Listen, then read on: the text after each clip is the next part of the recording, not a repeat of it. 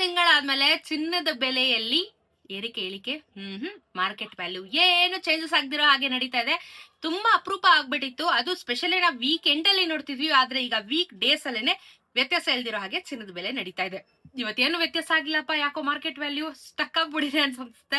ಒಳ್ಳೇದು ಬಿಡಿ, ಒಂಥರ ಏನು ಚೇಂಜಸ್ ಆಗಿಲ್ಲ. ಇದೇ ರೇಟಲ್ಲಿ ಹಿಂಗೆ ಇದ್ರೆ ಇನ್ನೂ ಖುಷಿನೇ ನಮ್ ಜನಕ್ಕೆ. ಇವತ್ತು 24 ಕ್ಯಾರೆಟ್ ಚಿನ್ನ ಎಷ್ಟಿದೆ ಅಂತ ಹೇಳಿ ನೋಡೋಣ. 15,420 ರೂಪಾಯಿ ಗ್ರಾಮು. ನೆನೆ 15,420 ಇತ್ತು. 10 ಗ್ರಾಮಿನ ಚಿನ್ನಕ್ಕೆ 1,54,200 ರೂಪಾಯಿ ಆಗುತ್ತೆ.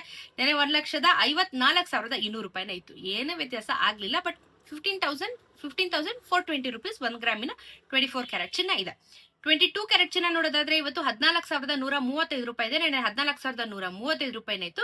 10 ಗ್ರಾಮಿನ ಚಿನ್ನಕ್ಕೆ 1,41,350 ರೂಪಾಯಿ. ನೆನೆನೂ 1,41,350. ಏನು ವ್ಯತ್ಯಾಸ ಆಗ್ಲಿಲ್ಲ. ಬಟ್ 14,135 ರುಪೀಸ್ ಇವತ್ತು ಗ್ರಾಮ್ ಇದೆ.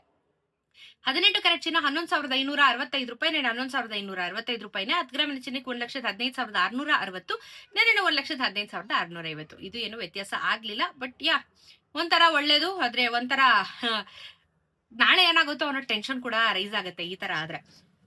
ಬೆಳ್ಳಿಯ ದರದಲ್ಲಿ ಇವತ್ತು ವ್ಯತ್ಯಾಸ ಆಗಿದೆ. 5,000 ರೂಪಾಯಿ 1 ಕೆಜಿಯ ಬೆಳ್ಳಿಗೆ ಇಳಿಕೆ ಆಗಿ ಇವತ್ತು 255 ರೂಪಾಯಿ ಆಗಿದೆ.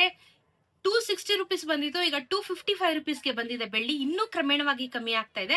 5 ರೂಪಾಯಿ 1 ಗ್ರಾಮಿನ ಬೆಳ್ಳಿಗೆ ಕಮ್ಮಿ ಆಗಿದೆ. 5,000 ರೂಪಾಯಿ 1 ಕೆಜಿಗೆ ಕಮ್ಮಿ ಆಗಿದೆ. ಸೊ GST ಮೇಕಿಂಗ್ ವೆಸ್ಟೇಜ್ ನ ಬಿಟ್ಟು ಹೇಳ್ತೀನಿ, ಅದನ್ನ ನೀವು ಆಡ್ ಆನ್ ಮಾಡ್ಕೊಂಡು ಕ್ಯಾಲ್ಕುಲೇಟ್ ಮಾಡ್ಕೊಂಡು ತಗೋಬಹುದು. ಸರಿನಾ?